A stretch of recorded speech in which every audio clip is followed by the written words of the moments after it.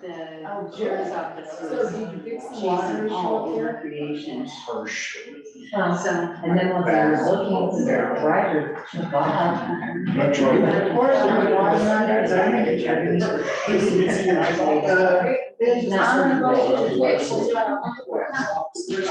What was the practice? My daughter's I had the neighbor go by. She's actually I'm Fred. Nice to meet you, Fred. Okay, we're the. Now, no, we're at the bottom. You're Yeah, the good our sewers froze, but not. I don't know. one. Just one of the many advantages of being in That was really cold. Did you get that email?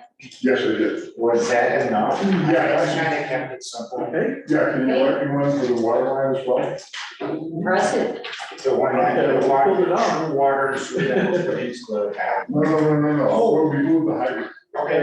I'll send you the data, everything you ask me for. Wonderful. Yeah,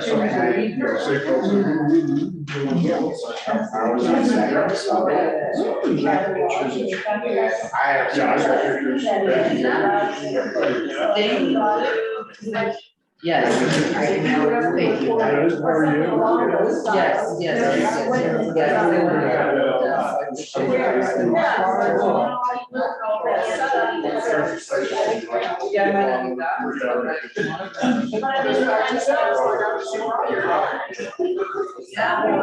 Yes, You can go to my online store.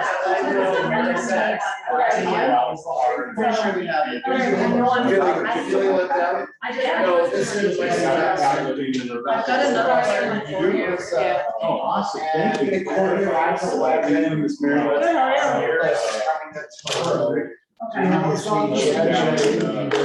Mine is automatic. I think call she has to call back. And I was like, you was excellent. Do you want single, would you rather have single or double? Or do you want it double sided?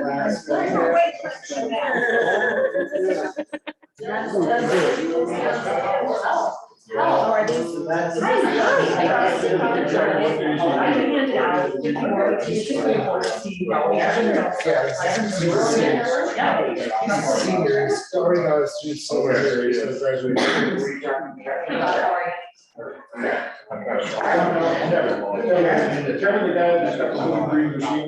In charge, yes. He's optimized. This one, okay. I see what points. I like to here, so. And try something. I hate kids. Okay. Last time I played. Yeah, but I'm gonna go look at. Actually, no, I. Push some buttons. The man who is retiring soon after a lifelong commitment to molding young minds. You know that yeah, my kids tell the story. They shipped them to Washington, I didn't know they were cleaning them. And they had me do that, I was in Dickinson's office, Bennett's office. And they. He actually took a picture of the kids, he did a presentation, and that was the I said, what am I asking for? $2.1 billion for 21st century. That's what funds the actual program at Carlson. I said, sure, I've asked for 10 million. I think that's the most of the tax bill. Was it yeah. And then I got Sunday night from Dallas.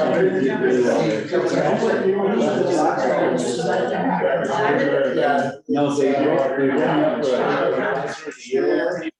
some music from my village. It was something beautiful. I didn't win because I wanted to.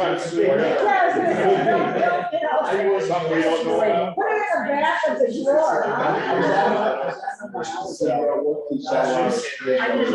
I'll have 100 to 120 more hours this month than any other director in the organization. And so I'm going out strong, baby. That's good. Yeah, and then just come back and drum battle and someone else is gonna have to pick up the sword and the shield, buddy. You got a big ball that they're gonna have to get. The track time is 20 years celebration. And they're going on to, I'm gonna ask them to celebrate new directors and their staff. I want them there for a day of training, the day before this special event, and I'm gonna give them all duties. Yeah, we see 500 people and that's hard to run a special event. They're gonna tell me no. Oh, or they can give you like $2.1 million. I mean, one or the other. Like, I'm not taking this. Go ahead, But it was quite an experience. First of all, I was blown away. Our kids had Sula Red Eye, got there Monday morning, so they had to be there about 4 minutes. You could have gone on Monday. No hotel rooms till like 9 o'clock that night. We're just off of Pennsylvania Avenue, Sofitel, French Hotel. We changed in the bathrooms. I took them all out by new blazers, like pants, new matching shoes. And then working as 6 years old. So the national staff, everybody was blown away how they could tell their story, how much impact. Well, we get there and since you had been, someone else was supposed to hand it on. Boom, I ended up in the 20s. You went from 0 to the top 40 projects, the top 4 projects, 10 projects. Then you did it again and like the top 4, so they did strikes, changing your bathrooms, all night. Not me, I had an hour to turn my kids to go in front of us. Deputy Secretary of Education, some other folks, and they had to had 2 minutes to prove their case that it was the best program in the country. They got second place. Just a little prep time. So one of my girls today was shooting a video for Comcast, promoting them, and they're going to be up next meeting. Maybe then we could Rocky Mountain. They're going to try to for the fundraiser with Rocky Mountain Booster System. The doors are prepping. 30 minutes of prep, nothing. 12 years. Boy, we all need to sign on this. We know. Okay, it is 6 p.m. It is Tuesday, July 25th, 2023, and I'll call this meeting to order. Let's go ahead and start with the pledge of allegiance. I pledge allegiance to the flag of the United States of America and to the republic for which it stands, one nation, under God, indivisible, with liberty and justice for all.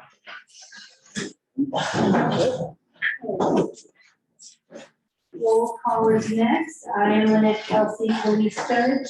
Rob Connell. Here. Deanne Powell. Here. John Jennings. Here. Dwayne Buzinski. Here. Mary Smith. Yes. And Rich Reynolds. Here. Next, we will do the agenda approval. Anybody have anything that needs to be added to the agenda? I'd like to add an executive session, if we weren't already planning on that, to discuss personnel matters. I talked to Julie, and he wants to do the next meeting. I can understand that, but I think that there's information that this board should be aware of to any of those recommendations that come up. So Jerry said in the executive session, the personnel will have to consent in person in order to have an executive session. Well, shame on you, Mr. Administrator, because I think that information should be brought to your team.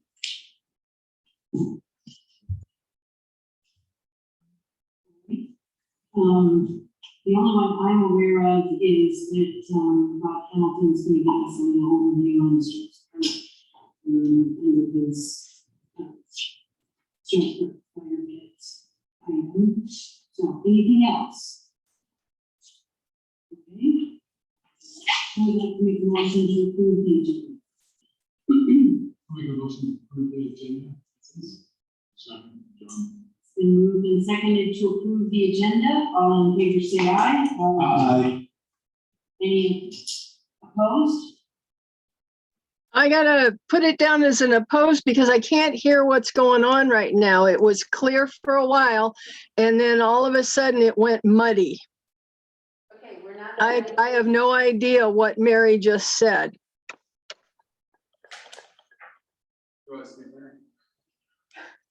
We're not adding anything to the agenda. Oh, geez, already. Let's just leave it alone. What is your vote? I have no idea what's being talked about. It's really a muddy, garbled sound. Okay. To clarify, we are not adding anything to the agenda. Mary Smith had wanted to request an executive session, but we don't have what we need for that, so we're not adding anything. In that case, I vote to support the agenda as stands. Okay, then it's unanimous. Next, we have audience business. Members of the audience have 5 minutes to present any matter of interest not already on the agenda. Do we have anybody here for audience business? Do we know what is on the agenda? What you just read? I didn't read the agenda out Oh, completely. It's been published. Jen has a copy. Thanks, Jen. oh, thank you, I'm so sorry. Yeah, Okay. it gets posted on the website and down on the bulletin board downstairs and on the bulletin board at the post office. Okay. I'm So sorry. just for future reference. Okay. Okay. Anybody here for? Not virtually. Okay, all right. Seeing none, we will move on. Next, we have the payables. These are dated July 7th through July 20th, 2023. Any questions on the payables?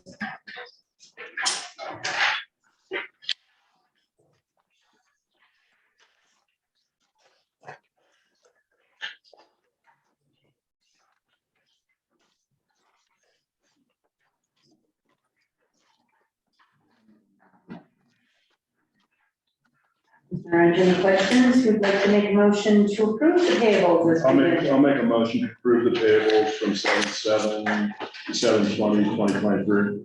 I'll second that, Rich. It's been moved and seconded to approve the payables. All in favor, say aye. Aye. Any opposed? Motion passes. We don't have any minutes to approve tonight. So we move on into new and unfinished business. The first item is the Strauss Park Fire Pit. Ah,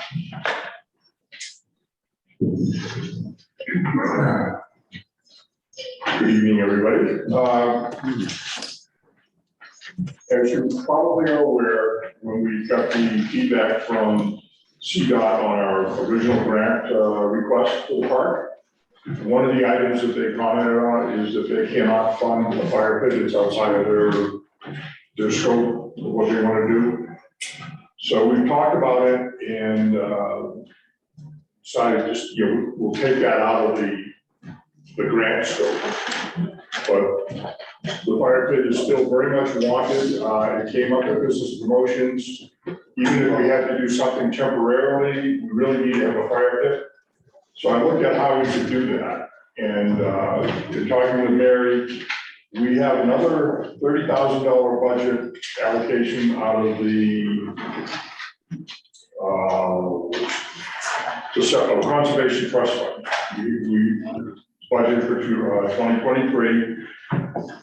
If we go ahead and use that exclusively for the fire pit, which will cost us around $28,000, all in, it's foundation, the gas logs, the underground, the whole 9 yards. And there was a table provided you that kind of breaks that down. then we could, if you're in agreement of using that funding source, and authorize to proceed, I'd like to get the, first order of business, we can get the fire pit burner and log set on order, because they're, we're on a lead time item. In 4 to 6 weeks, maybe longer now. And then we got a plan to do a lot of the underground work, but we'll just transfer, those items over to this budget. So, I mean, that we're basically going to get it done, and we should have no problem getting it all done by Christmas market. So that's that's my recommendation, is to go ahead with that and get the materials on order and get started. Any questions? What does that take away from, besides the money? Do they have that earmarked for something else that, No, it is earmarked for Strauss Park, but not specific? just non-specific, Okay. non-specific, Okay. yes. Okay. And this would qualify as a qualifying thing under that. As far as what I can decipher from there. Okay, thank you. So I think there's something in your package to There wasn't a suggested motion, please. Would anybody would like to make that, or if there's further discussion? I can make that motion. I move to approve the fire pit approval for Strauss Park not to exceed $30,000. I'll second that motion. It's been moved and seconded to approve the fire pit, for Strauss Park, not to exceed $30,000. All in favor, say aye. Aye. Any opposed?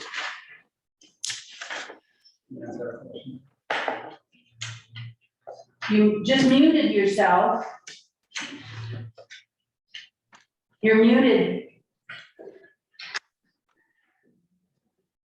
Deanna, you're muted. I'm trying to unmute it and it wasn't unmuting. I was clicking the little button and it just wasn't turning over. I believe that the smell of burning wood smoke is very integral part of Christmas market. And so I cannot vote to do the gas. Okay. So you're opposed? Is that correct? Okay. So motion passes. Do you have anything on the? Yeah, I just thought since I was here, and I apologize for getting this to you late, but there's been a lot going on. I just wanted to give you an update of where things are as of today with what's going on in Strauss Park. At the last meeting, you approved a budget of $75,000 to go ahead with the undergrounds and stuff, and we are proceeding on that. We've got the water line in, we've got the 3 sonotubes in the park for the 3 lights that go right close to the park area. We put the sewer line in last week. We got the additional, we got all 3 dry wells in place and covered up. The electrical contractor showed up today, a day earlier than I was expecting him, but that's fine. He's got it all trenched. He's gonna go ahead and lay the conduit to connect the undergrounds in tomorrow. We should be able to get an open trench inspection from Safe Build on Thursday, and then get it all covered up. So on Friday, so that, and cleaned up so that the park is available for this coming weekend on Saturday and Sunday, I guess. Then next week, Banky will be back and we'll try and get the gas line. I've got a quote from Blue Sky. It's really high. I was able to find a more local contractor. I haven't got a quote yet, but I'm expecting it to be substantially less. And he'll work with Banky to get it in. He's a licensed plumber. And so I'm hoping that next week or the week after, we'll get the gas lines at the fire pit over. And we just have foundation work to get underway. The contractor for concrete will be coming in early August. So we'll get the floorboard for the concession area. We'll get the 3 sonotubes for the basis for the light posts. We'll get those all poured, and we'll get the fire pit and seawall foundation poured.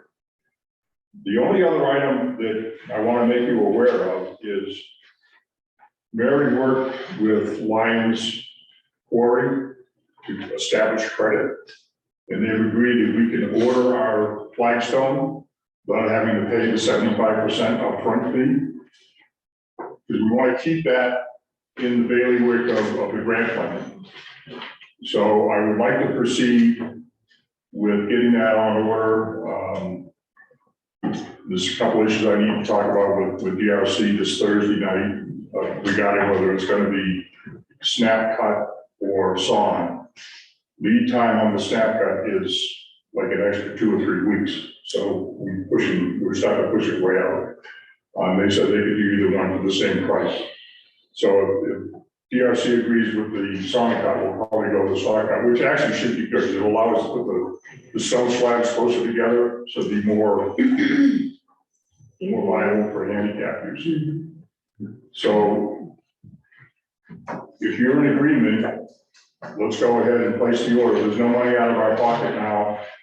If for some reason we don't get the grant, we have just about enough money to cover paying for that flagstone out of our own pocket. You know, I'm expecting we'll get the grant, but, and then the last page in the next to last page is the total financial breakdown by phases. And you'll note that it carries over into next year, and that it looks like we should be thinking when you're through budgeting about $100,000 to finish up the parking lot next year. And, you know, we could either do that if we have enough town funds, do it directly, which is a whole lot easier than running the hoops with the grant. The revised grant, by the way, just on it, that went in on the 14th of May, or 14th of July, rather.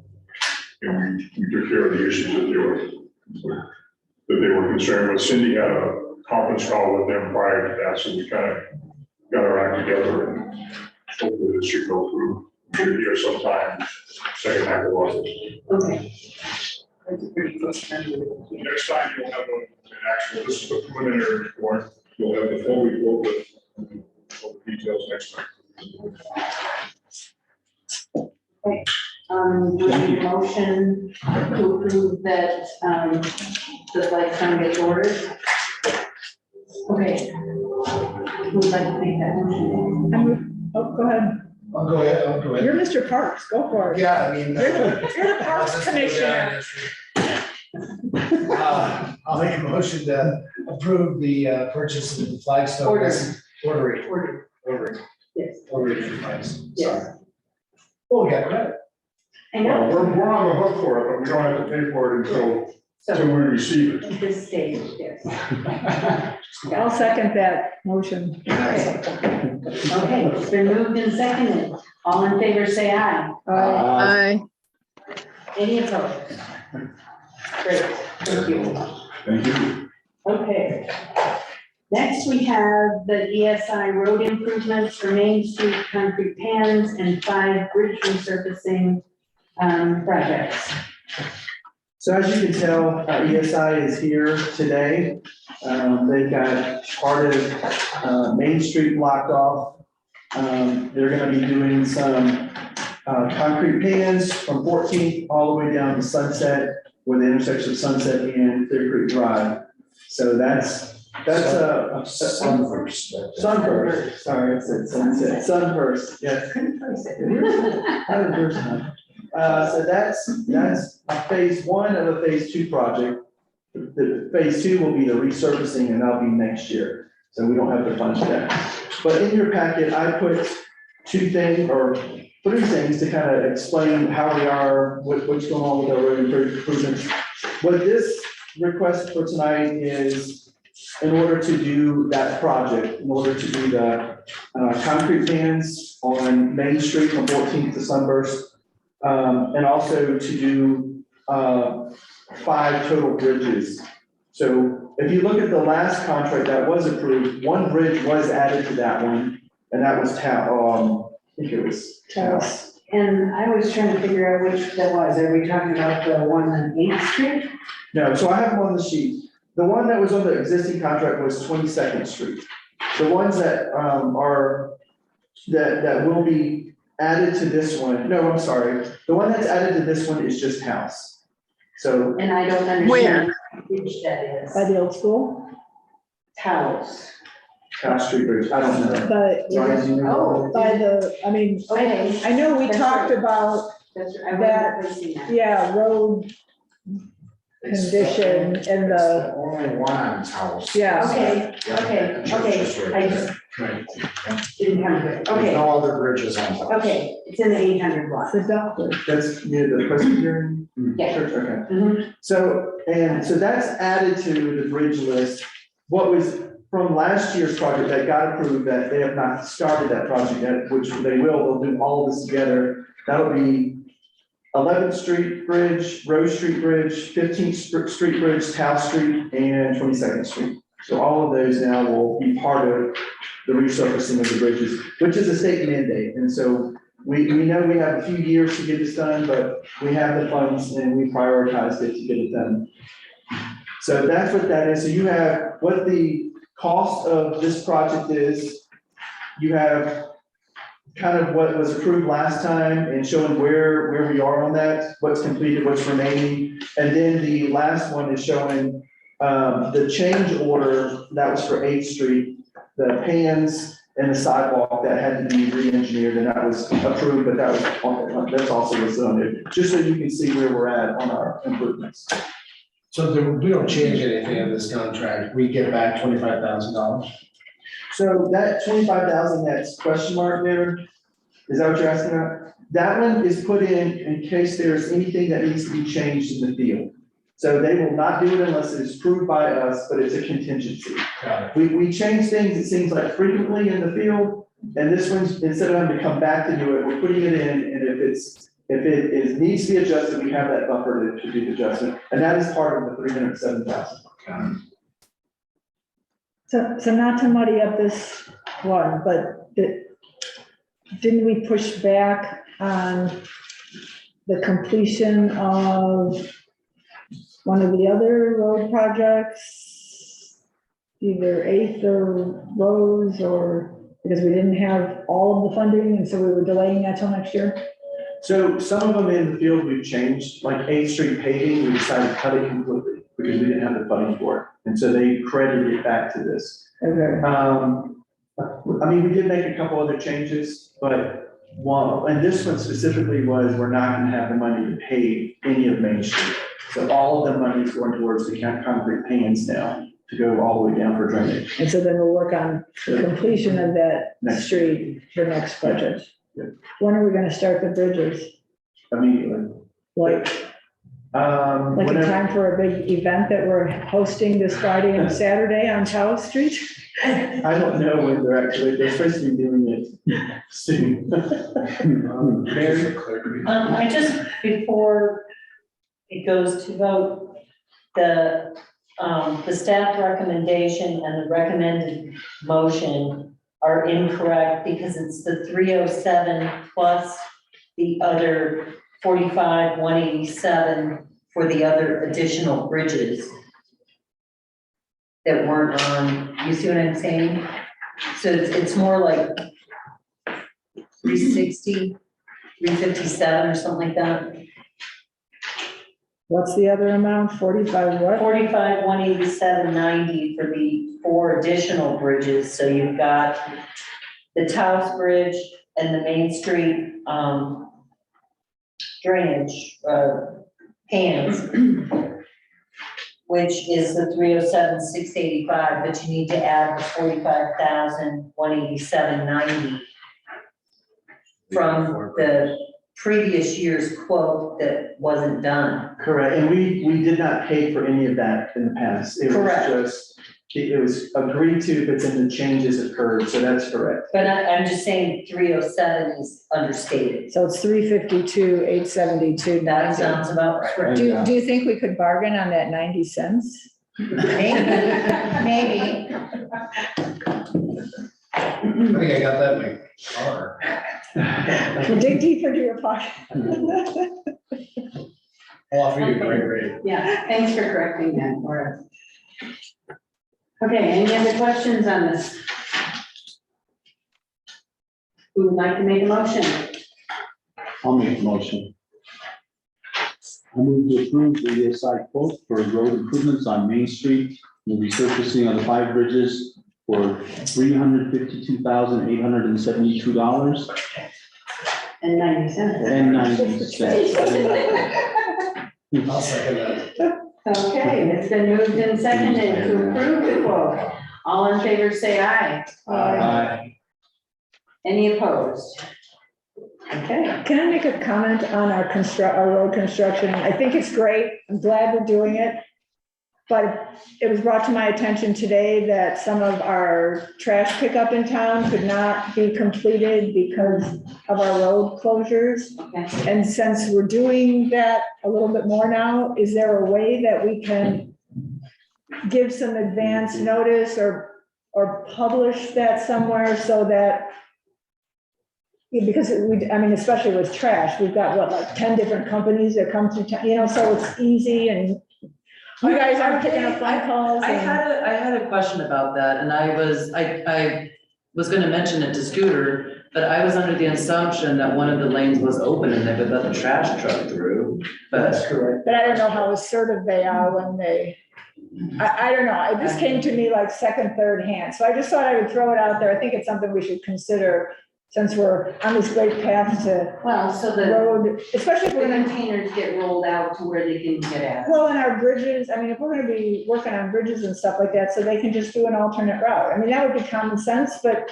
Sure. but I think we need to let them know. Logistically. We'll put somehow. a message out. So, Barry, I believe the trash pickup was not done today because of the highway closure in Silverthorne. They couldn't get the trucks over here. but they sent, Doyle in particular, Oh. sent out a text or some kind of communication to some of their customers that were impacted on Main. Oh, okay, So, like I'm getting it second, third hand, but, okay, so it wasn't that one this time. okay, yeah, it was Timberline Yeah. canceled because they couldn't get it. Yeah. Okay, And that I know we have no control over, Yeah. but this we could at least maybe, But I will contact the main trash companies and let them know. I mean, that's good feedback. yeah, I mean, I don't know, I know it's gonna change almost daily sometimes, but And this is supposed to take 3 days is what I was told.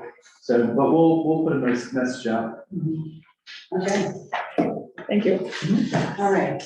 Next, we have the Georgetown Charter School Board is seeking town support for the charter renewal.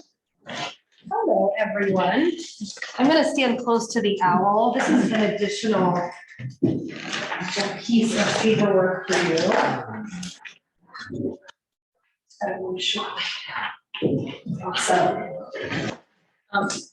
Well, thank you for having us tonight. My name is Amanda Cooper. I'm the president of the Georgetown Community School Board. I'm here tonight with our director. Some of you may know her, some of you may not. Our director, Melissa Kroglian. We're here tonight because we are asking for an endorsement of our charter renewal. This is not a requirement of our charter, but it's something we're doing to be proactive as we prepare for this process. Our charter renewal for GCS takes place every 10 years. We're an independent charter school that's authorized by Clear Creek School District to operate here in Georgetown. We have our own board of governance, we control our own finances, we have our own director, and we contract our own teachers. Last year, we were the highest performing school in the district. The framework. The piece of paper I just handed you is our, what's called our SPF, our school performance framework. This is the 2022 framework. We're waiting. Yeah, exactly. That's exactly what it is, sir. And so just kind of as a snapshot of how we're doing, and we're doing very well. Within our school community, we're projecting an enrollment of 85 next year. That does not include the addition of our ELC. We're opening a fantastic room that will support 18-month to 3-year-old children. So families of younger children who've not been currently able to access care, and those spots are full as of now. So we have running a wait list for those spots. And for the first time next year, thanks to the bond measure that was voted on in 2021, we will be serving hot lunch. That's the first time in 20 years we will have hot lunch for our kids. So super exciting. The formality of this process for us is really just to demonstrate that we're of value to our our community and our town. We do not anticipate any issues with the charter. In my letter, you saw kind of the why we're a charter and what made us what we are. In 2004, the district did at the time plan to close Georgetown, and a very scrappy group of founders. It was not just made up of parents, it was made up of a lot of community members, people we all know and hang out with and love. They fought to keep our school. Within this, we are seeing some changes at the district level. There's a new superintendent coming in. There's 3 board seats that are coming up for election this year. So this process is just really important. We're going to be reaching out to several community organizations to make sure that they are also able to hopefully endorse the merit that we provide to our community. Obviously, you all know what our kids do for the Christmas market, but there's a lot more than that. Our kids volunteer in different capacities within the town. We do historical outreach education. So the kids get 4th grade specifically does an entire segment on their town, and they spend an entire unit of spring learning about our local culture. They hike the Rutherford, they do all the museums, they learn about what made Georgetown so special. We're a really important part of our community. So the hope is we can count on you guys to formally endorse us. So when I talk to the district in a few weeks, I'm able to show them that a lot of people really care about seeing us continue on in our current capacity. Okay. Do you have any questions? No, just thank you. Thank you. Absolutely. What's on the hot lunch menu? We're gonna have such a cool party when the cafeteria opens. You guys are all gonna get to come. Like, I've been planning it in my head for 2 years, what it's gonna look like for us. It's the hot lunch program and Mel can attest to this. We have, for years seen this unfortunate thing where kids come to school with a string cheese or a bag of Doritos.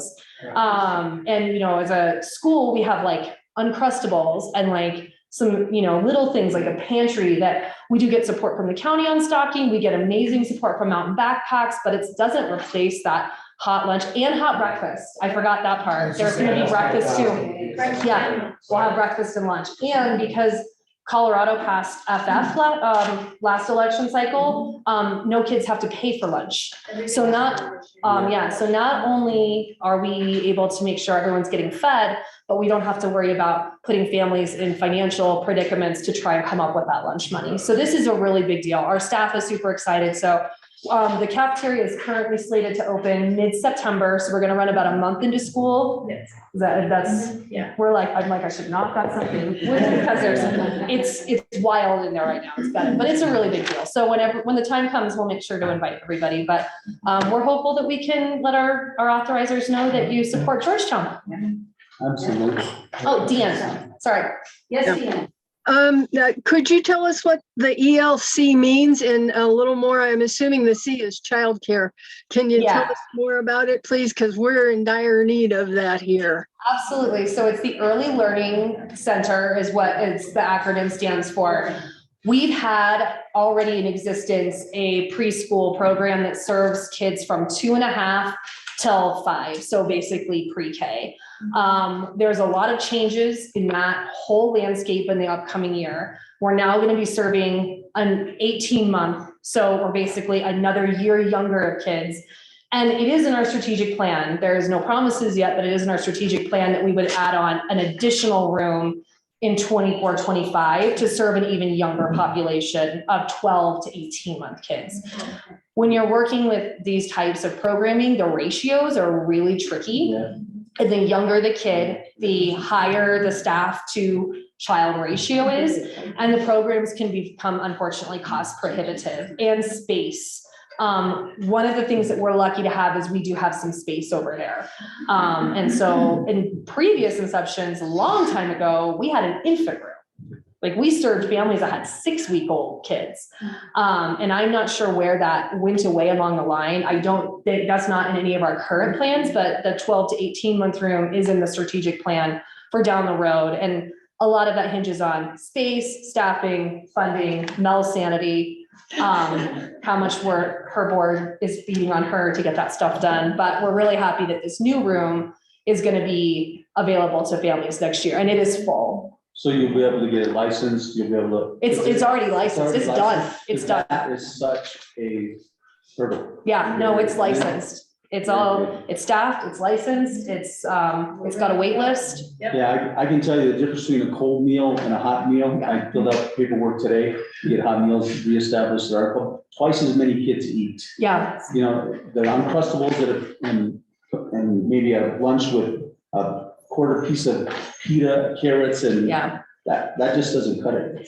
Our staff is really excited because, you know, there's obviously it's difficult to teach hungry kids. And it also takes a lot of burden off of our local families. You know, there is food insecurity within Clear Creek, and we see it sometimes in places you're not even looking for it. And so for Clear Creek families to not have to stress about the grocery budget, to have to pack that lunch because they know their kids are going to get fed twice a day, is a huge win for us. Georgetown kids also, just on a couple other side notes, we have to have gym every day. That's part of our charter. So our kids are outside doing something or doing a physical activity on the days that we don't go outside because it's not like livable. They do hiking, yoga, they do basketball, they do field hockey, they do yeah, Mel's the sub PE teacher. She makes them run and they fall asleep so early when Mel subs PE. It's so great. So coming back from Dylan. Yeah, so it's yeah, and then, you know, obviously our cultural outreach is really important. The kids, the fifth graders did some really cool projects with the old school. They did the egg drop last year where they all had to climb up to the stairs and drop their eggs from the second floor and see if they broke. They've done some artwork in there. And we really like our kids being here in Georgetown. Obviously Christmas market, a really big deal. And being able to serve local families is awesome. The fourth grade presentation will be available at the Hamel House this Saturday, if you want to see it done, if you haven't seen it. That's great. It was. Is there any other questions I can answer for you? Keep up the good work. Not, Yeah, Jerry's school is so important. Jerry's ready to suggest a motion since we don't have one already in our packet. The proper motion would be to authorize and direct the police judge to sign a letter of endorsement for the charter renewal of the Georgetown Community School. So moved. Second. There was 3 seconds or 4? I whispered it. Okay. Does everyone want a second? It's been moved and seconded to authorize me to approve a letter of endorsement. All in favor, say aye. Aye. Any opposed? Wonderful. Thank you guys. Thank you so much. We can't wait to invite you to the grand opening of the cafe. Yeah, okay. Next, we have the backhoe for water and wastewater departments. Would you like to do it or would you like to start? So this is, we've talked about this, it's been on our task list for a long time about, this is a much needed improvement. I'm surprised that Ryan's crew has been able to use the last backhoe, but it finally died. It was an ancient beast that did not have any spare parts around anywhere. So they continued to use this dinosaur for a long time and it served us well. However, it did crash. And so Ryan did his due diligence to go search hard to try to find another backhoe. The one that he found was a gym. It was barely used, less than 1,000 hours. 8 hours. 8 hours. Yeah, 8 hours. 8 hours. And so it's virtually brand new. It didn't like the color? So anyways, that's a little, it's also the same company brand that our other one is. And so when we need service repairs, it makes it so much easier to have the same people come out to do both parts. So Does anybody have any questions? it falls well within our budget. And he also got other estimates to show what others were going for. So this one was by far the best one that we looked at. It's an investment into our collection and distribution systems. I mean, the town owns just as much as we talk about the roads and the bridges, we own underground utilities. And to be able to access those, repair those, prevent them, or respond to them, the equipment that we have on hand is essential to, being able to respond to those different things. I think we're using reserves. Equipment reserve. Equipment reserves. for this funding for this, which was started in 2009, roughly, for the future. And here we are in the future of 2009, looking at what can we purchase and invest into the town for the future and the next generation of repairs and being able to meet the needs of this town for the underground infrastructure that the town owns. So it's my recommendation of saying that we took something from the 80s. You know, and I can say decade, except, you know, rounded up in a decade, how far this piece of equipment lasted. The water, not the road and bridge, the water and wastewater department. This is probably a purchase that will go into another generation for the towns. What is so.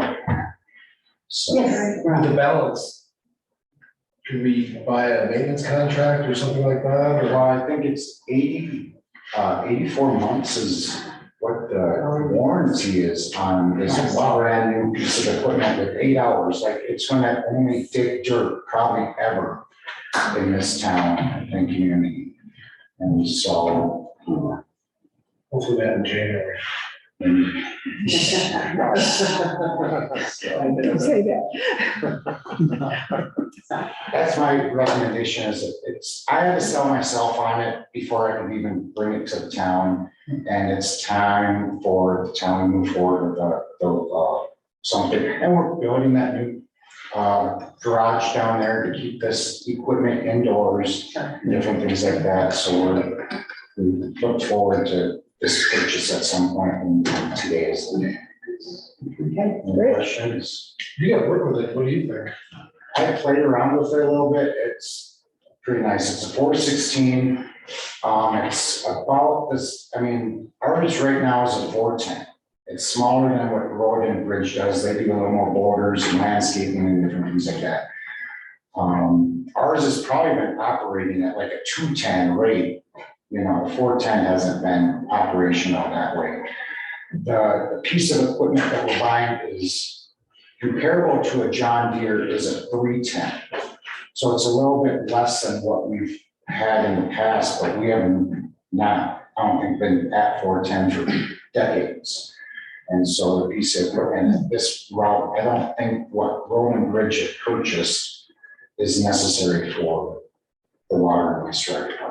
So it lands right in the middle. It's not a high end, low end, but it is spanking 4-year wall without branding. And so I think it's something that is going to be very beneficial for the future of this community. So you put those 8 hours on. I put maybe one on. So That's nine. Yeah, 8.5. I did some scratching, did some turns, did some different things like that, lifted some different things on. And I even played around a little bit with throwing bridges, just a little bit. And theirs is a 420 to the 416. They just have about power-wise the same, but the attachments that they have on theirs, you know, is much more above and beyond than what I think the town needs for us, which the 416 can always upgrade to some of those attachments if need to be. It's not handicapped at a certain point. They can go up to different things. Any other questions? Okay. Dan? Yes, Dan? Can we all get a ride on it and fondle it a bit? In the shovel. The next parade. There you go. Does it go faster than the busy bee? I move to approve the quote for a pre-owned 416 cat backhoe loader from Wagner for $128,733.47.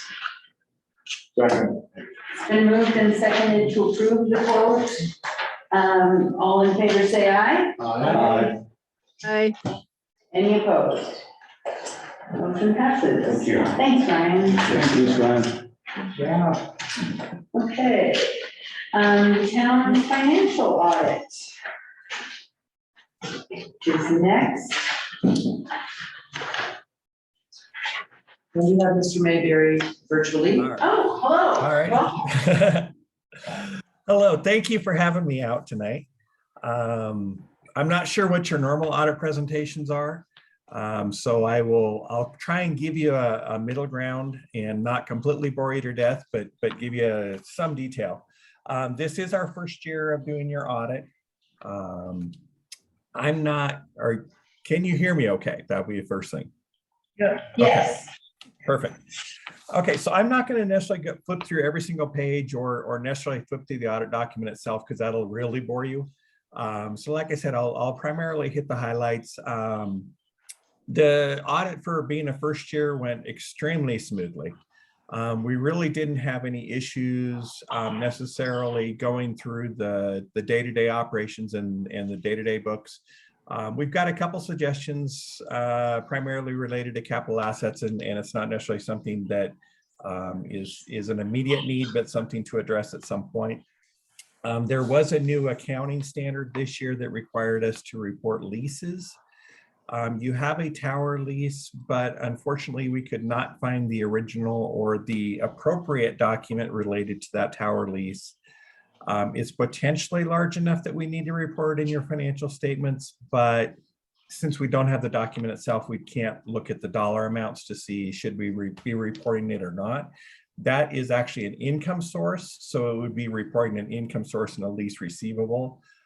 So if at all possible during the next period of time before we do next year's audit or before next year's audit, if you can track that down, that would be great to go ahead and account for that.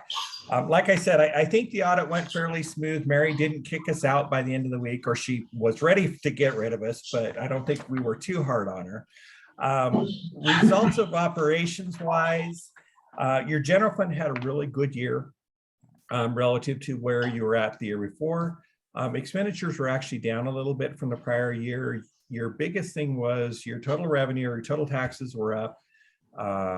You have the road and bridge, and now the county road sales tax. And I'm actually going to change the description in the audit to pick that up, but that is up significantly. Your severance taxes were up significantly. So normally your audit would present 2 years of information, but again, since this is our first year, we only have 1 year in the audit itself. But you were up $778,000 in general fund as opposed to $207,000 the year before.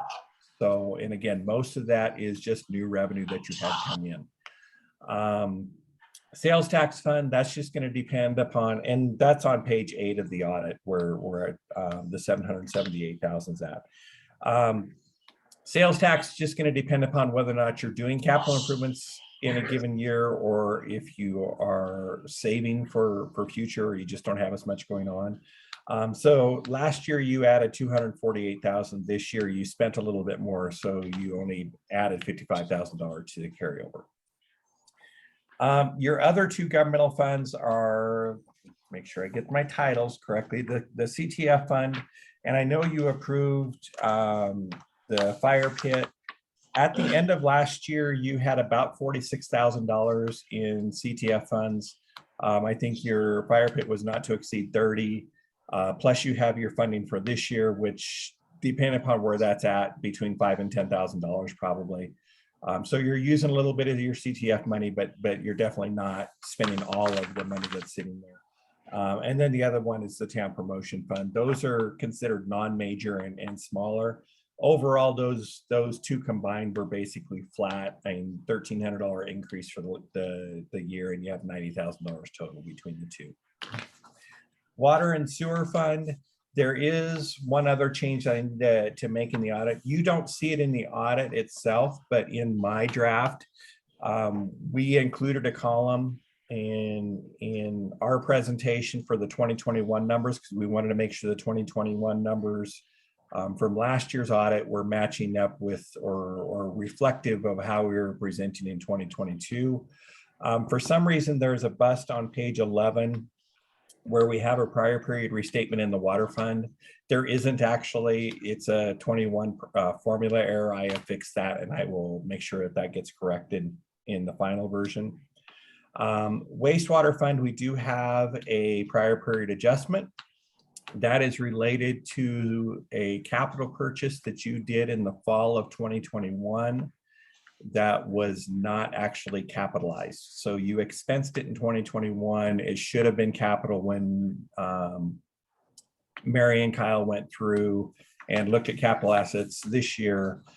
They picked up on the fact that that should have been capitalized and was part of an ongoing project. So they recorded a restatement to go ahead and pick that up as a capital asset instead of the expense. It just adds to your bottom line. I'll just go ahead and continue on that one while I'm at it, because like I said, the main recommendations is probably related to your capital assets and the depreciation schedule. I was noticing in the town's depreciation schedule that over the past few years, the audit numbers have not necessarily reflected what was in the depreciation schedule, and they always should reflect what's in the town's depreciation schedule. So what you're ending up having to do is do adjustments each year to reflect what should have been in the prior year audit. And not necessarily big amounts, and in total for this year on the governmental side, find that number real quick too. We added $98,000 of net assets to your governmental activities. So that's the general fund. So road and bridge and public safety and the like. We added 98,000. Now that is a combination of some assets that were on the depreciation schedule, but had not been included in the audit. It's some adjustments to what was being reported for depreciation in prior years in the audit versus what was being reported on the depreciation schedule. So we got everything squared up this year. Mary, I need to send you the final depreciation numbers that I came up with, just so that you have those. But the main thing is, and again, I don't know that this was necessarily anything that the town did. It just was not flowing into the audit appropriately. And for instance, I could see where an addition had got put on the depreciation schedule, but that addition had not been included in the audit. But I don't know if what happened was the depreciation schedule that was initially provided didn't have the asset, and therefore it got added later, and the auditor wasn't working with the final version, or what it was, which again is why I'm going to make sure that I get that sent over to you. But we just want to make sure that going forward that you guys, what you have on your schedule as far as what assets you have is the same as what's being reflected in your financial statements. The other thing that's a little weird is, and this is just in water fund. In water fund, while you have your assets split between the system and the buildings and the various types of assets, the total amount of the assets are being split by percentage. So you take the total amount of your assets and you put, say, 63% of it towards the system. And I'm just throwing out numbers, I can't remember them offhand.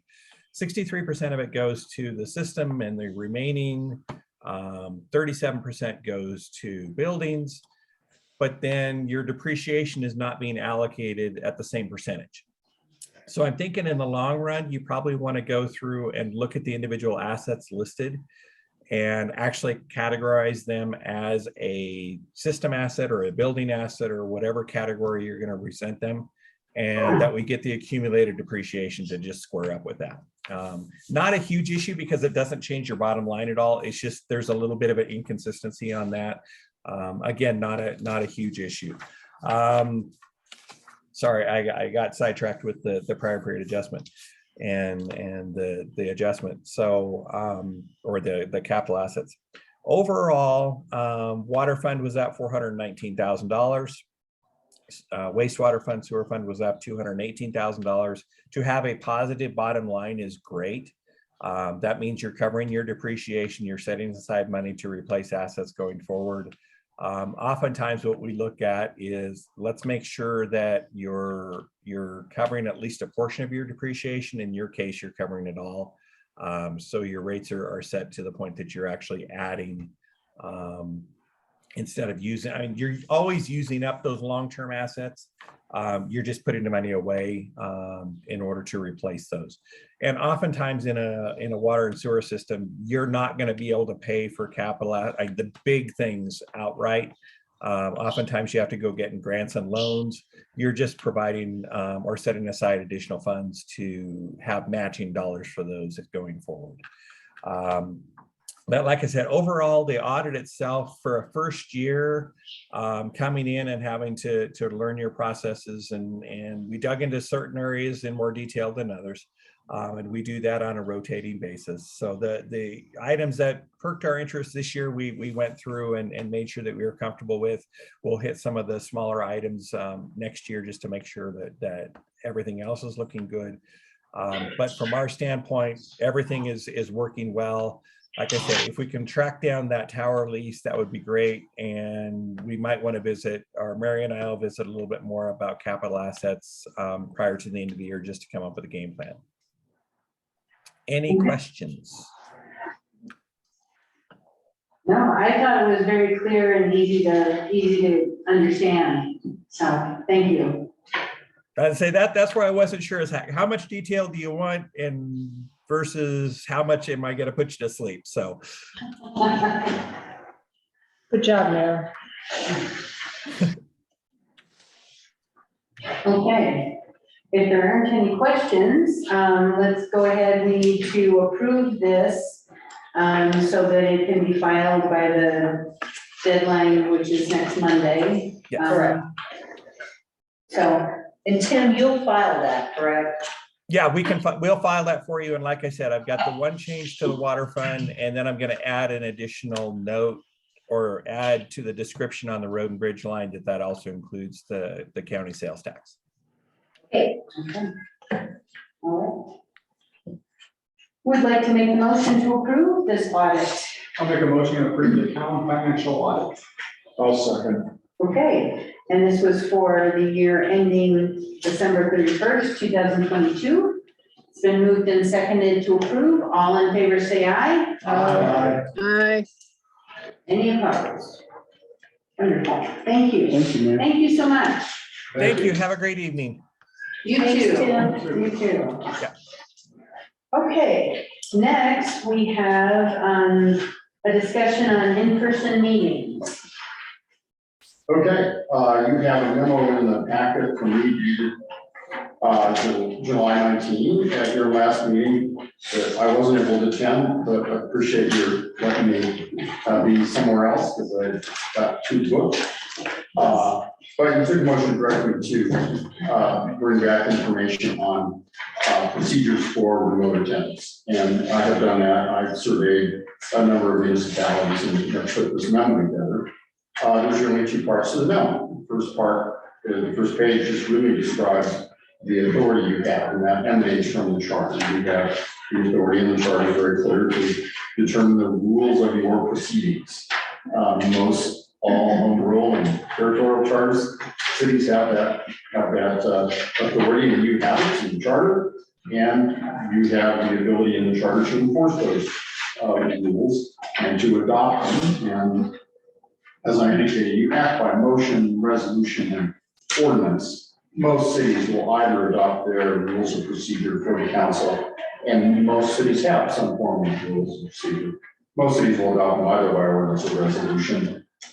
If you're going to adopt them here, I would recommend a resolution because it doesn't end up in a code book, but it's something you want in some sort of permanent record that you can then look at. The best analogy is probably your schedule of fees, which you adopt by resolution, as you know. So, you got other people participating in the meeting remotely, as far as I can tell, outside, that's great. Anyhow, you have that authority, and I did a little listserv inquiry, and on the second page, I've given you kind of the range of options, and there are quite a few.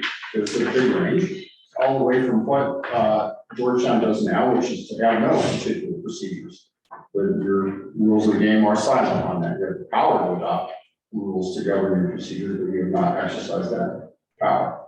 On one end of the scale is Town of Mount Crested Butte, which requires that members be in person.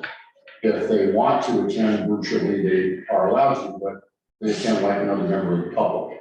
They don't get to participate in council discussion, they don't get to vote, they're just a member of the public because the meeting is open and available for people to watch virtually. So that's one choice. Town Silver Cliff, as I mentioned, allows remote participation, but you've got to advise in advance. And there can be more people remotely such that there always needs to be in Silver Cliff a quorum that are physically present.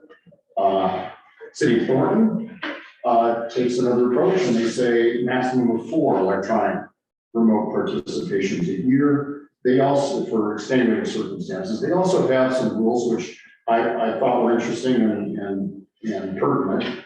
They do not permit electronic participation for quasi-judicial matters like land use hearings, because often the person is in the room testifying and there's exhibits. And I will tell you that some cities during the pandemic even didn't conduct land use hearings and waited until they could have those hearings in person. Significantly also, Thornton says that when participating remotely, those 4 times a year, council members can't participate for attending executive sessions. There are other rules that I've read that say if you're, for other cities that allow remote participation for executive sessions, to say you've got to ensure that you're the only person in the room. And you can understand that because in executive sessions, we don't allow other people in the room. And so what about spouses and kids and neighbors that are visiting? And we wouldn't allow them in the room during executive sessions, so you don't allow if you go there. In Thornton, there has to be 24-hour advance notice to the clerk that will be taking place. You've got to have a good connection. And I've seen at least one other city saying good connection means that it doesn't get interrupted and such that it interferes with the ability of the meeting itself to take place. So as you can see, there's a wide range of things that you can do. And happy to answer any questions. You can have a discussion, direct me to write something or not. It's up to you. I'm ready to be available for you. So, how does the board feel about in-person versus remote meetings? I think in person is less disruptive because and everybody can hear and participate equally. So I'm for as much in person as possible. Well, the public deserves to have us here and present. I think that's key. There's always emergency issues, people on vacation at times. And it's nice to have people, be able to, especially if you're on vacation, be a quorum. We have to be online, but I think everybody here deserves us physically being here. And it gives the public or the community the opportunity to access us if they don't run into us on the street, or, they don't have the contact to hunt us down otherwise. So we are all in the room. I think we work better as a team, even when we disagree with one another, which is good. I mean, we aren't just the rubber stamp, but, yeah, I agree with those comments. I think we all need to be present. I like Thornton's approach to this, where it is an option when you're given notice, or if there's a blizzard and you can't meet, something like that. I mean, that looks like a pretty good door number 1 to me. And I've had to use the remote things probably, as much as anybody, so. But I think that's the exception, and I know I've taken advantage of it when I've been on vacation, and I've had the opportunity though to schedule my time so that I can participate, because this is important to me, and that's why, I ran for a selecting position. And so I would still like to have that opportunity, but that's, the rare occasion as opposed to, the majority of the time. I mean, I'm having to make adjustments to my schedule. I'm trying to take Tuesdays off all fall so that I can make every one of these. What I'm going to say too, whenever we're forced to do it, as the chairman, it was Yeah, we were kind of forced for a while. Nobody could pull, I had a gun to my back when I would come to the jury meeting. I will say this, it was, Susan did. She was like, get out. it was really tough to try to hold meetings because I couldn't see people's reactions. I couldn't tell when people wanted to talk. You know, it made it incredibly tough. I'm so glad I think we're able to be here. But yeah, sorry. Isn't the next best thing? To do that. And we do have tech issues, you know, and I think we recognize that, and maybe in time that's gonna get better, but right now it doesn't work successfully for us. And as John pointed out, it does become disruptive. And then I think it reflects back on a lack of professionalism on this board when we're having issues communicating with one another. Yes, Deanne? I have a whole lot to say on this, sorry. First off, when I put my paperwork in to become part of the board, you know, to be part of the election that year, happened to be like 5 minutes before they started the shutdown for COVID.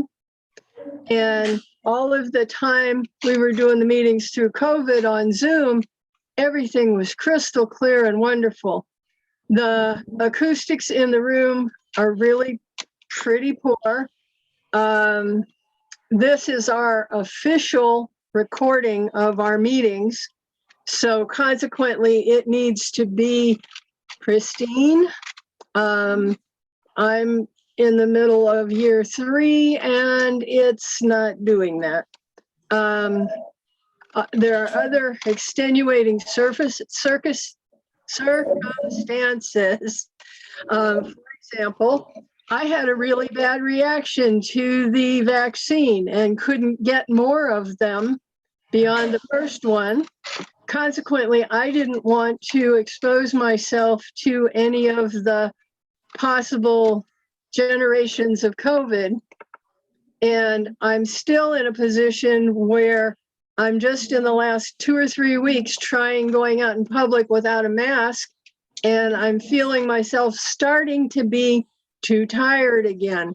Consequently, if you go ahead and say, oh no, we've got to be there unless it's something or other, you know, I won't be able to do it. I simply won't be able to do it if that restriction is put on. The other thing, one of the towns Jerry mentioned was Thornton, and they said you have to give them a 24-hour advance notice. That's ridiculous, because if somebody was planning to come and couldn't for some last minute reason, they should be allowed. It's not acceptable to have to beg for a link every meeting time. It should just be automatically put out with the notice and the agenda. And it needs to be, we're such a small place that it's better to have as many people there in whatever capacity than it is to not, as is evidenced by last week, where I was being a crazy person and thought it was an off week, and I hadn't gotten any of the email notices that usually come, so nothing reminded me. So I was off doing errands and things. I didn't realize it was the night that I was supposed to be here. Had I done that, I could have called in once I found a place to hook up, because I was down in Denver. Anyway, long and short of all of that is, I think it's a really bad idea to restrict guys in our town, because we need all of the contributions we can get. Right now, it's almost impossible to get people to run for the jobs. If we put further restrictions on it that make it harder to do the job, we're cutting our own throats. So no, it needs to be more or less how it is now.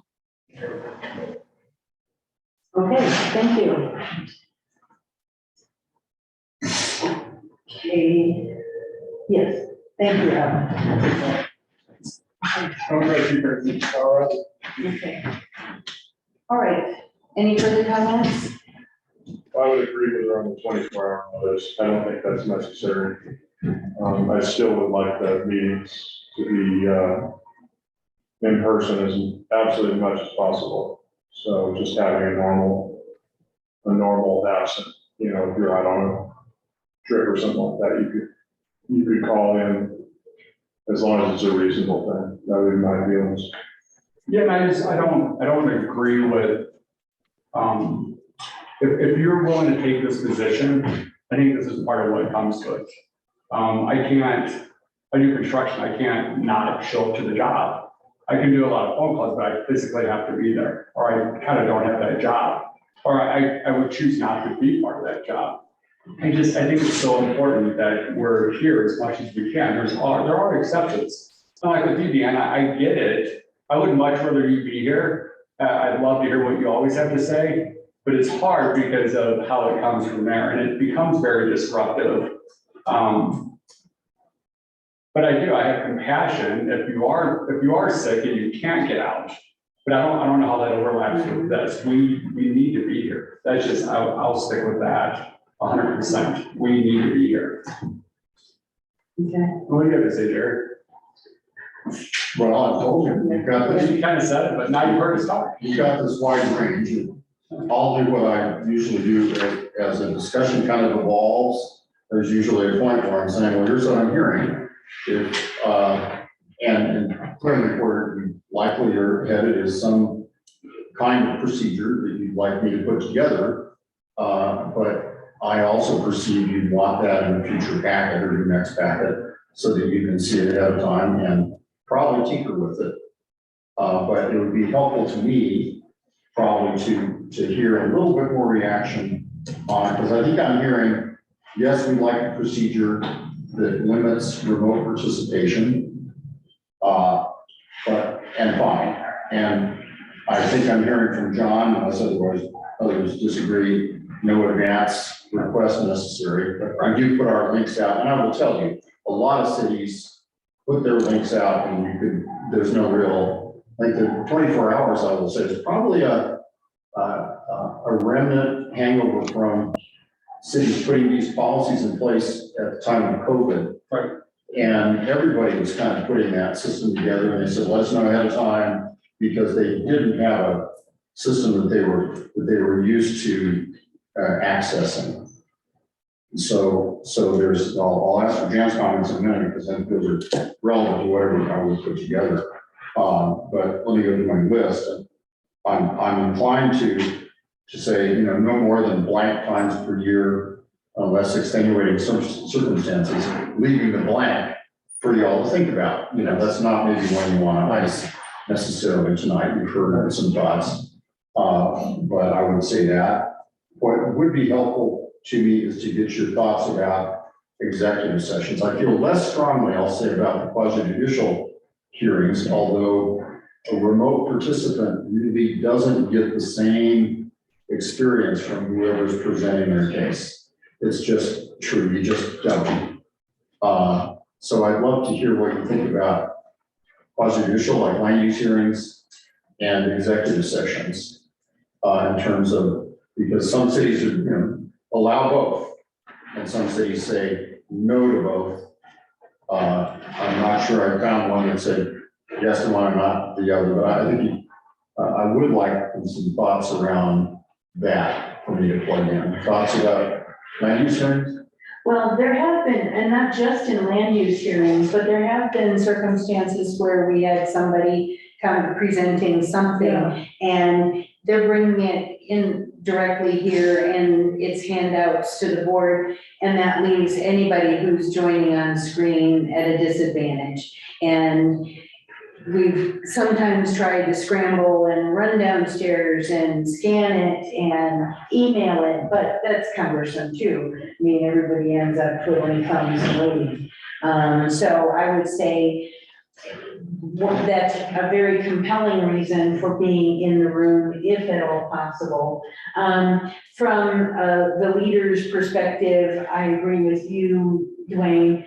leading a meeting that is in person is so much easier. You get direct feedback, you get to look people in the eyes, you get expressions, you get, it's just different. It's, you know, having to keep track of everybody around the table and on the screen, it's more challenging. I definitely prefer having everybody in the room if possible. So, anyone else? I agree with that quasi judicial proceedings for the, you know, stated reasons.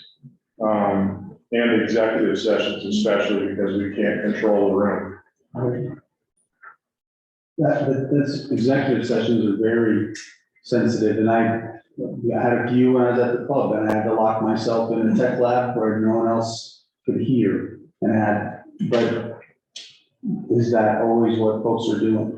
You know what I mean? Yeah. Another thought though on this 24-hour, and I realize that's cumbersome, but if, once we agree or when we come to that consensus of X amount of meetings and someone is out, or, you know, if Jen knows within that 24-hour advance period, if somebody's off on vacation and someone can't make it, or maybe could make it, if we can make that phone in, I think that gives her planning time to make sure that there's going to be a quorum. You know, I would rather have the town, the board, make the exception to the number of meetings so that we can conduct business. You know, even if 4 is the magic number and this is gonna be your 5th, you know, or whatever, I would like that call to be made, and she's gonna need 24 hours in advance to maybe track somebody down and make sure that we have a quorum. Well, that's kind of a separate side issue. I mean, if you're not gonna be at a meeting in either in person or virtual, a call should be made to the town clerk so that she can keep track of whether we're getting to a quorum or whether we're coming up short. Right, but So- if we're not requiring that, you know, the 24 hours, you know, if all of a sudden I'm a no-show, I get what you're you saying, know, there has to be some, you know, reasonable expectation on all of our parts too, that we're coming here, we're having a quorum, maybe someone does need to call in, or she's got to scramble to make sure that we can have that quorum, Well, so. there is those circumstances, I mean, like with Deanna, if we wouldn't have had it, she couldn't have called in last week, if we wouldn't have had it, we all forget every now and then, go, when do we have a meeting, is Yeah. Tuesday night, so fair enough, it is, I would much rather. It was also true, my question is, like, what is the consequences if something happens and, I mean, if you miss so many meetings and you're just out, sorry, no more, I mean, how do we approach that? Well, 2 things, and Jen, I know had something to. Sorry, add. No, it's fine. I can wait. I'm keeping track, I promise. No problem. 2 things, it seemed to me that you certainly could build into the procedure that the rule can be waived in order to achieve a quorum. Because, you know, that's kind of eye on the prize, that's job one, is to actually have the meeting. And if for some reason there's gonna be a bunch of people, you know, on vacation unavailable, and you need to waive the rule for someone that's already at their 4, or whatever the magic number is, then fine, I think you could absolutely, I could write that in, so that's available. In terms of enforcement, you've got the power to enforce. It says that you've got the power to have a rule to punish your members for disorderly conduct with the concurrence of 2/3 expellment. In other cities, it comes up very rarely, but you have the ability to discipline your own members. You're the only ones that can discipline yourselves, you know, no one else can. And, but there are procedural rules out there for other cities that sort of set up, well, what does that mean? And how do you go about disciplining a member? Goes over from like a letter of reprimand, kind of increasing, you know, severity, just like the personnel, up to expelling a member. Then you have the right under your charter to articulate those rules. They don't necessarily have to be part of this. This is the remote attendance set of rules. But you have that authority, and when, as and if there's a circumstance, then you'd ask me, okay, well, what are our 3 doors? What are our options for discipline? I would give them to you. You can apply them as needed. It's probably not necessary for this set, because that's more than you need to accomplish. I think I'm hearing no remote for executive sessions, no remote for quasi judicial hearings. I'm hearing X number of meetings remotely, that can be waived for the purpose of achieving a quorum or otherwise enabling the body to act. No advance notice of remote attendance, at least I'm hearing that. I'm not sure, I don't have a real good grip on do you advance notice, I'm going to be remote this time or not? Well, I mean, I think the circumstances come in that if, you know, emergency, you have to go out of town. But yeah, if you're a quorum and you want to shouldn't meet, or you just want to attend that meeting. I mean, that seems, that's the balance, that seems fair enough. Stuff does happen. You know, I mean, people work farther away from here, you get stuck in traffic. You know, you're on your way around, you can't, like, that should be the exception.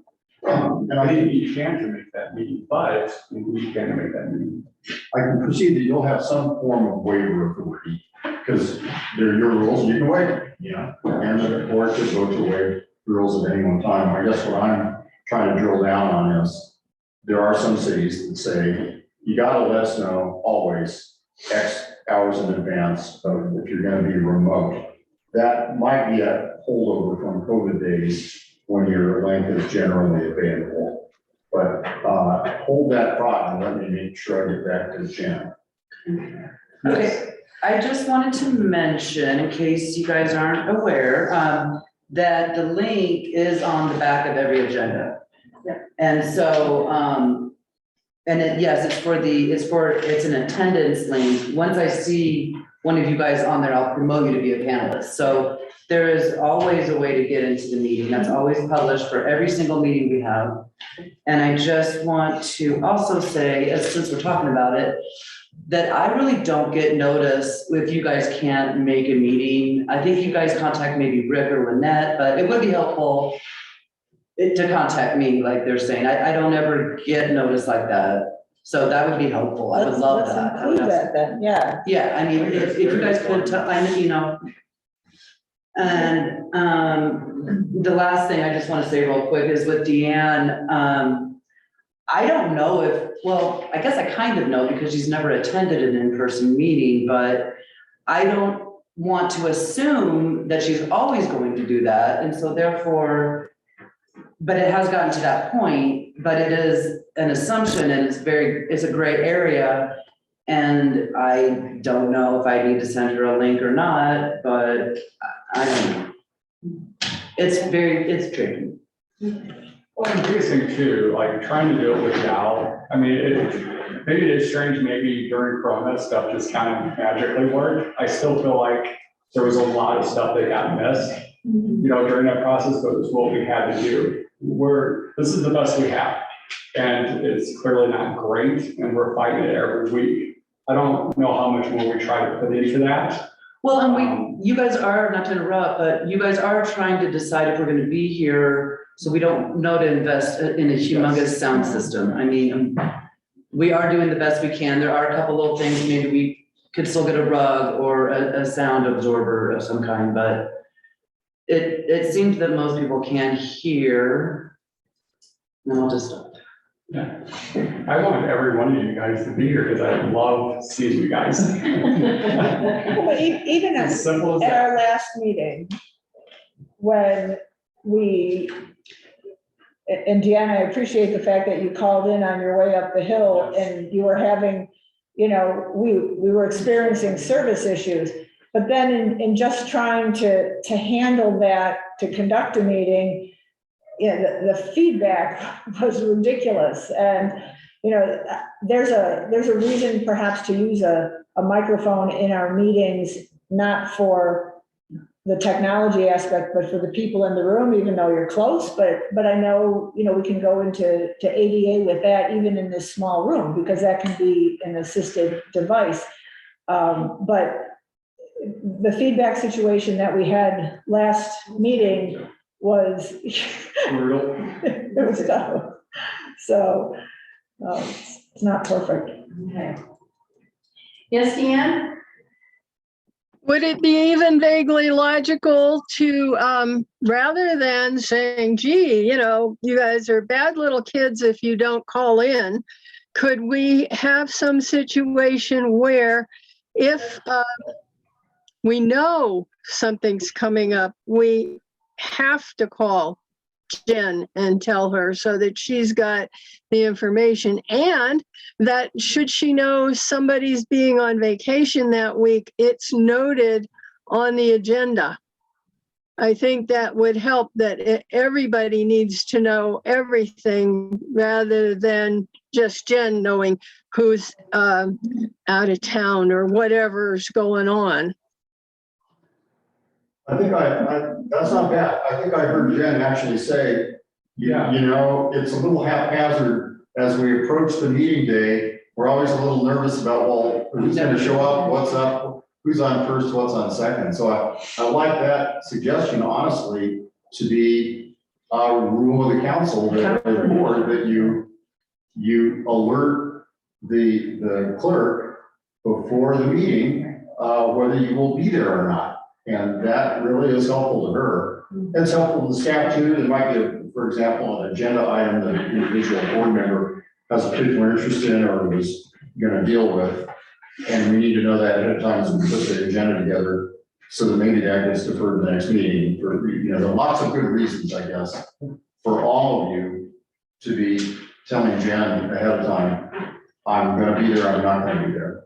We can, I can easily put that into this, So wave your magic pencil there. And, Well, Jim, if I'm not mistaken, I thought you always kind of mentioned that, at least with planning commission meetings. I thought you always kind of mentioned that, or I think you mentioned it was important to be there, not to let you out. But I think that was planning commission, but maybe not. Well, I think what's happening is people are telling either Lynette or Rick, and then maybe they get distracted, and then I don't know, and so it would be nice to know. There's lots of times we're texting to try to find out, are you coming, or not you, but are you on your way, are you late, kind of thing. there should be a uniform and board-wide rule. Just like you're confirming your reservation, you're confirming your dental appointment for the root canal 24 hours ahead. And then it's not even looking at it. That's a bad analogy. Yeah, compare a board meeting to a root canal. I'll include language on that subject. Yeah, well, Very good. the quick thing, I mean, would it not be smart, Jen, for you just 24 hours in advance, to say, hey, there's a meeting, let me know if we can't make it? I don't want to put somebody. I think you really busy. I mean, you're already busy. You guys know the meetings are the second and fourth Tuesdays of every month. Yeah, I still want to come here. Yeah. Yeah, show up every Tuesday, so. You do not need her telling you. You don't need her telling you. Yeah, exactly. There's a meeting. She needs you telling her That's how you're or not gonna be there. Yeah, I will. I mean, that's part of the grown up Yeah. job. It's professional. Yeah. Okay. Yes, Deanne. Back to the problem with the sound. I actually am egotistical enough that I like that if I'm on a Zoom meeting, everything I say is heard. I know there was stuff said tonight that got lost in the blurble that happens when more than one person speaks. And it's, you're saying, well, gee, if you're in person, that you understand what's going on. However, the recording is our official record of the meeting. And so until that's fixed, we shouldn't put any kind of a restriction on people because maybe they want their words to be heard. I think actually the minutes are the official reflection of the minutes are meeting. your official record. There's no statute that says that the recording is the official record. I have been told that so many times. When I came on back in 2020, there was, the minutes were really bad. They were like minutes from a 4th grade girls club. And I was told distinctly that the recordings were our official recording. You know, that was the official statement of what happened at the meeting. The sound is so sucky that it doesn't matter if I was sitting there with you right now, the sound would still be sucky. And every time more than one guy talks, it gets all blurbled up. And we need to fix that before we go to any kind of requirements for anything else. Well, I perceive these things as independent. Every city has some form of recording. Every city struggles or doesn't with their form of recording. And succeeds or doesn't and solves problems and solves new ones. Every city has the right, not all do, to have procedures on remote attendance. So it's what I think you're at, you've probably done enough discussion for a draft. So I'm happy to prepare a draft, bring it back, you'll see it in your next packet that has some blocks in it, and you can use that as a platform for your discussion, and I'll put it in the form of a resolution, and we'll see how the blanks get filled in. Thank you. All right.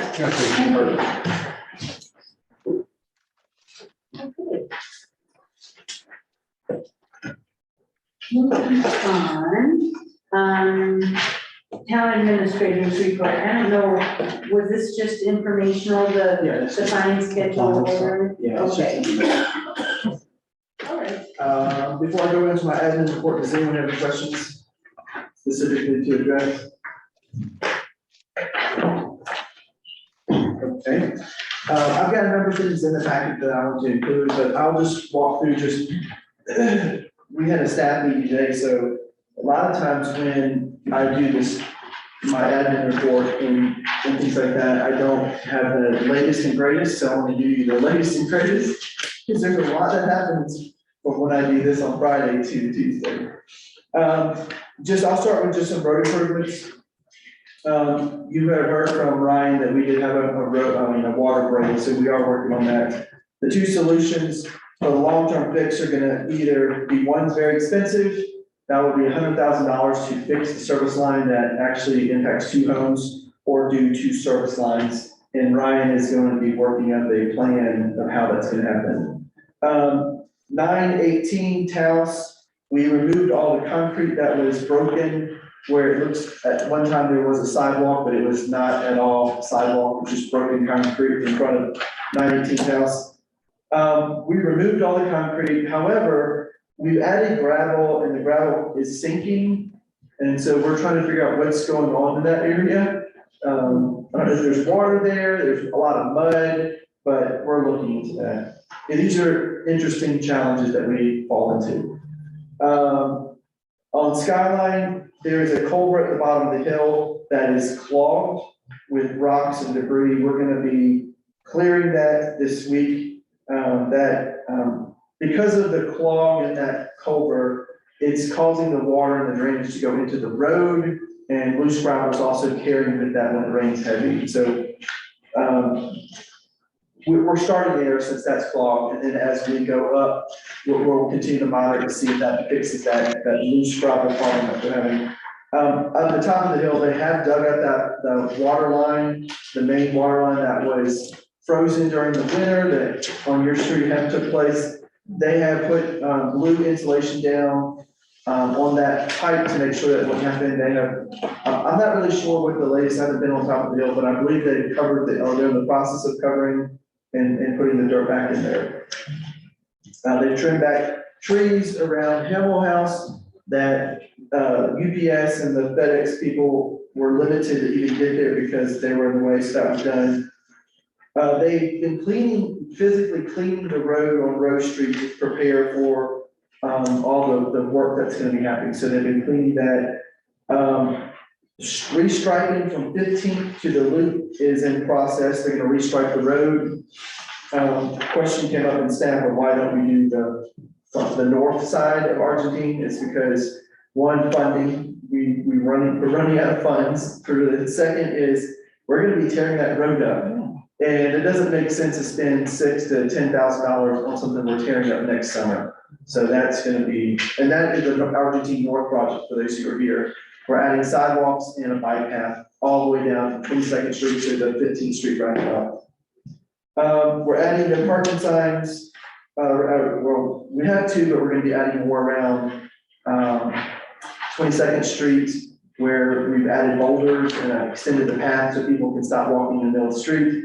So that's all, it's an improvement project, but we're also doing that. I know people are parking on there. I've seen it, so we're adding more parking signs and they're removing some of the small boulders, so we're replacing them with bigger boulders. And it was also said that people were setting up chairs and tents in that area, so that wasn't intended to happen, but we're gonna try to fix that. Randy also wanted us to know that there's been an uptick of car break-ins, so we need to be aware of that. We'll put a message out on social media, on our websites, that if it's bears or bad people, that we can prevent that by locking our cars and removing anything valuables, removing it from site. So that's something that we'll put a notice out. We also talked about the Jake brake noise, and that's something that I get more complaints about that than anything in the town. Can you say that again? Jake brakes, the sound of the semis coming down the mountain. Oh, thank The sound. What we've determined is we're gonna have our officers go up and start doing speed checks on these semis, and hopefully that will rattle the chains and the communication to other semis.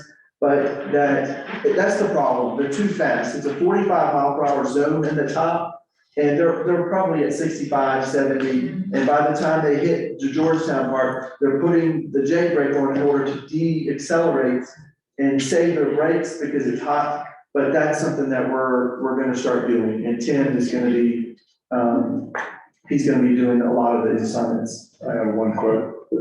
I looked at, when I heard another person complain about that, they have actually a video, a camera with an audio that does the enforcement. That might be a possibility. I saw a lot of locations where they're actually using that. Okay. And that way we wouldn't have to have our officers up there. We have a couple of cameras and it would just be automatic. Like the technology on the stoplights and stuff, how they, Yeah. yeah, Yeah, we said it was just for audio and the town said it works wonderful. yeah, with a calibrated device that. Yeah. Measures. Yeah. Yeah. Well, send me that because I'd like to look into it. It's also gonna cause a conversation with CDOT to find out what is allowable to be on their right of way versus, a lot of some temporary stuff, but what can we do? I mean, the other alternatives is to start contacting, I forget what it's called here,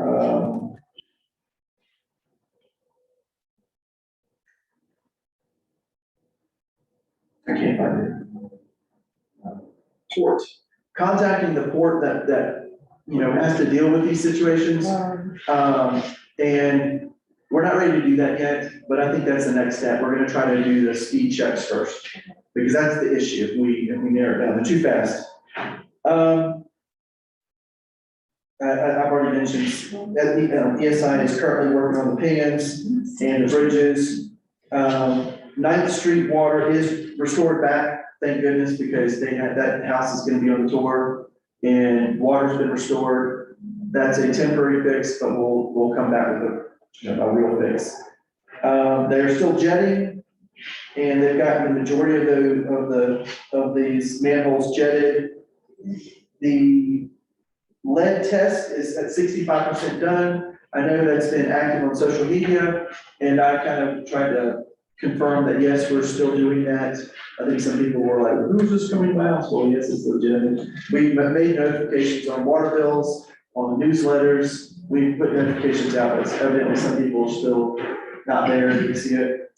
And then backflow prevention testing, we're at 25%, which is really kind of scary considering we passed an ordinance that we'll start enforcing now, and they have a month to get for all the businesses in town, and 75% have not done the test.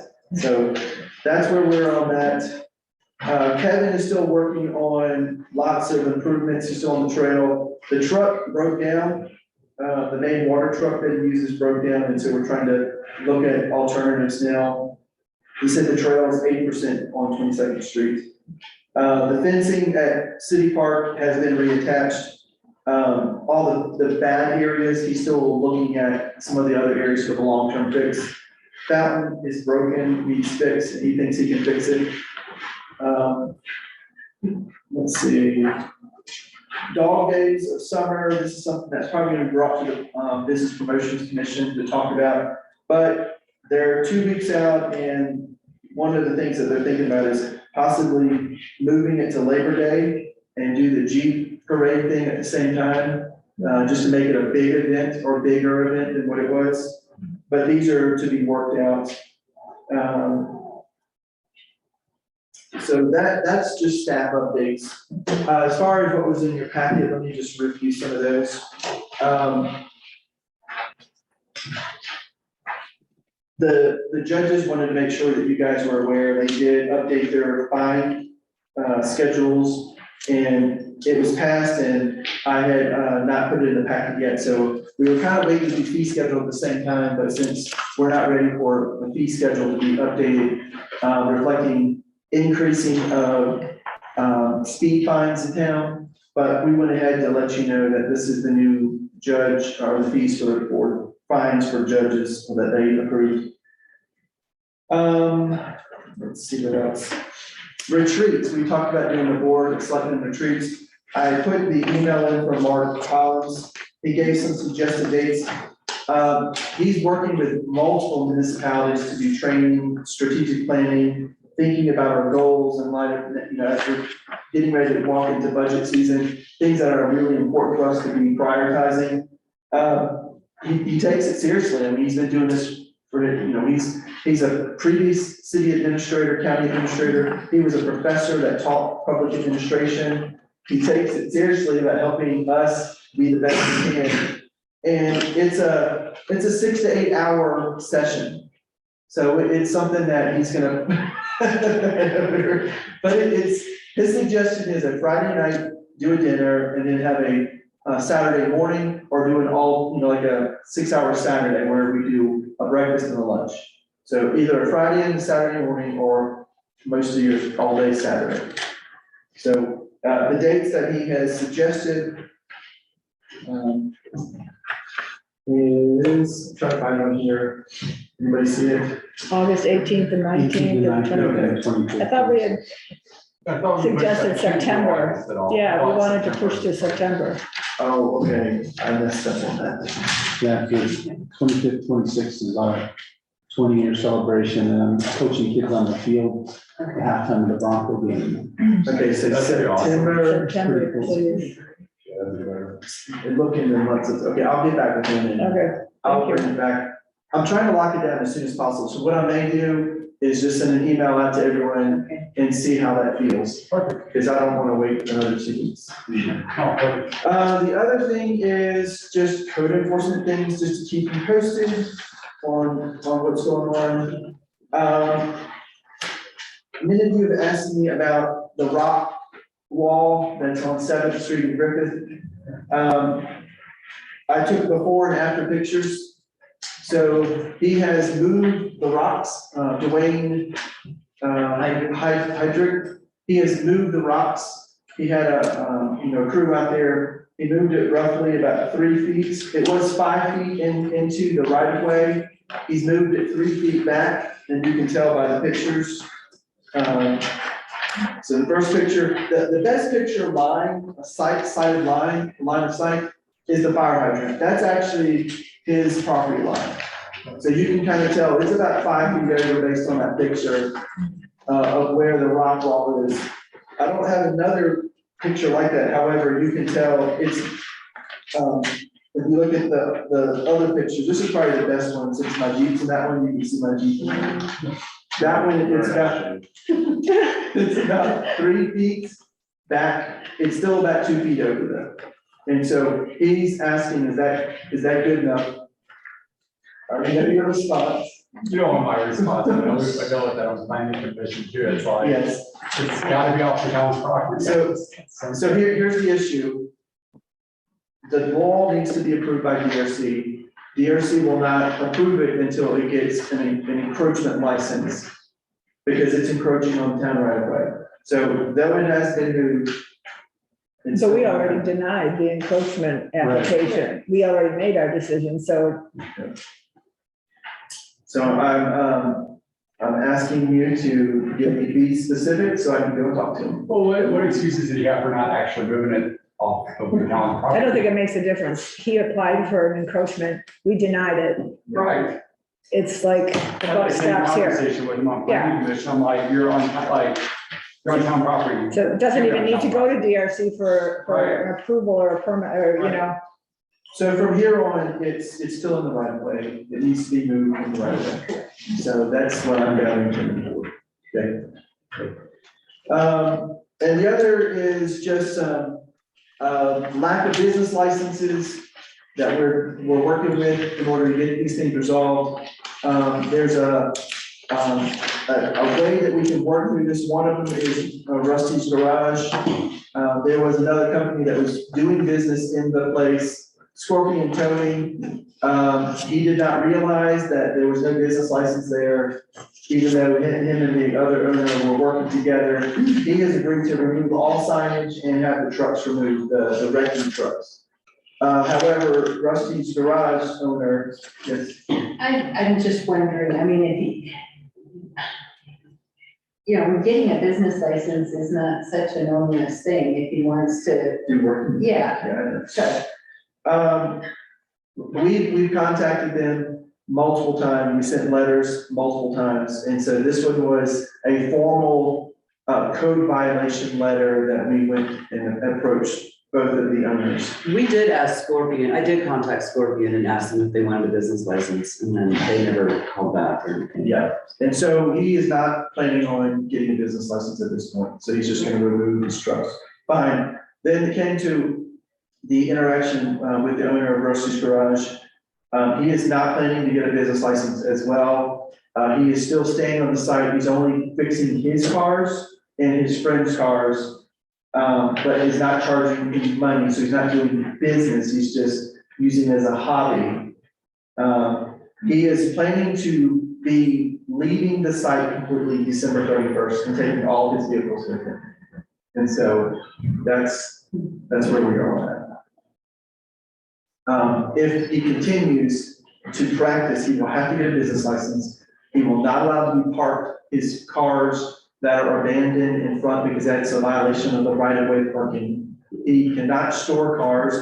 Storing cars will have to be behind a string fence. So that's part of our code. It's the same thing that I deal with in Brush about working with some of these companies. Some complied, some didn't, and they had to leave, they left the property because they would not comply. So I'm hoping to do a friendly way to work with these guys as opposed to be enemies. So that's where we are, and he seems to be wanting to do the right thing and give it, and allow us to give him enough time to get all this stuff out of there. The current owner is aware of the situation and is giving him time to get all this stuff out.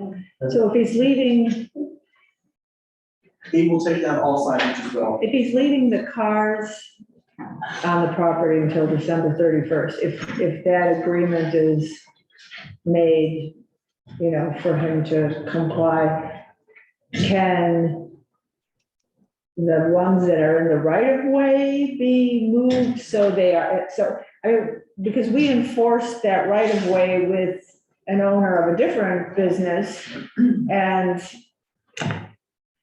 you know, it's fair 2, 3, 4 doors down the road. I mean, so at least we see some attention to that issue. When I asked him about removing these, he said, I will not wait till December 31st to remove them. I will start removing them as soon as I can. So he's gonna start, and I will go back to tell him, the board is asking nicely before taking teeth out, they want these removed first, the right of way. So I can sure. Well, I will move out of Out. it, just like push it back closer to the his Yeah. property as opposed to being on the. One of his right of way, so problems, there's that.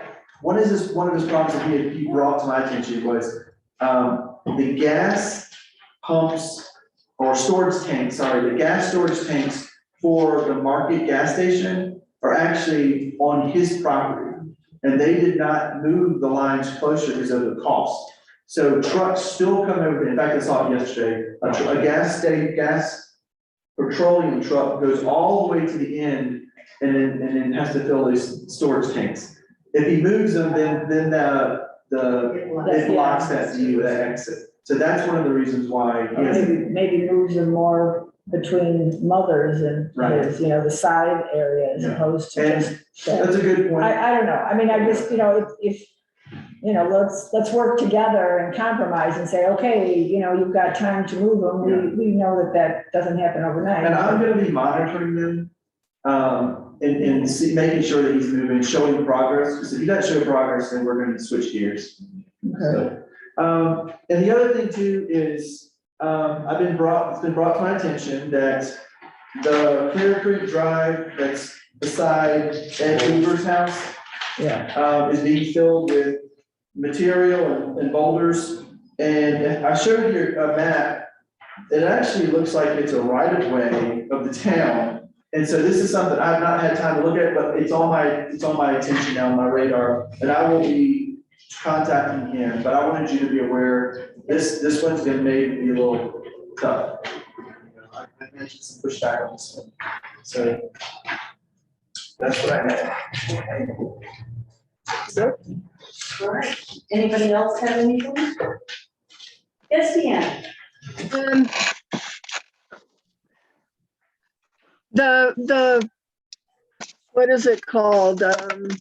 By neglect ones, there's 2 or 3 houses that have been given notices. Can we have more information on that at this point?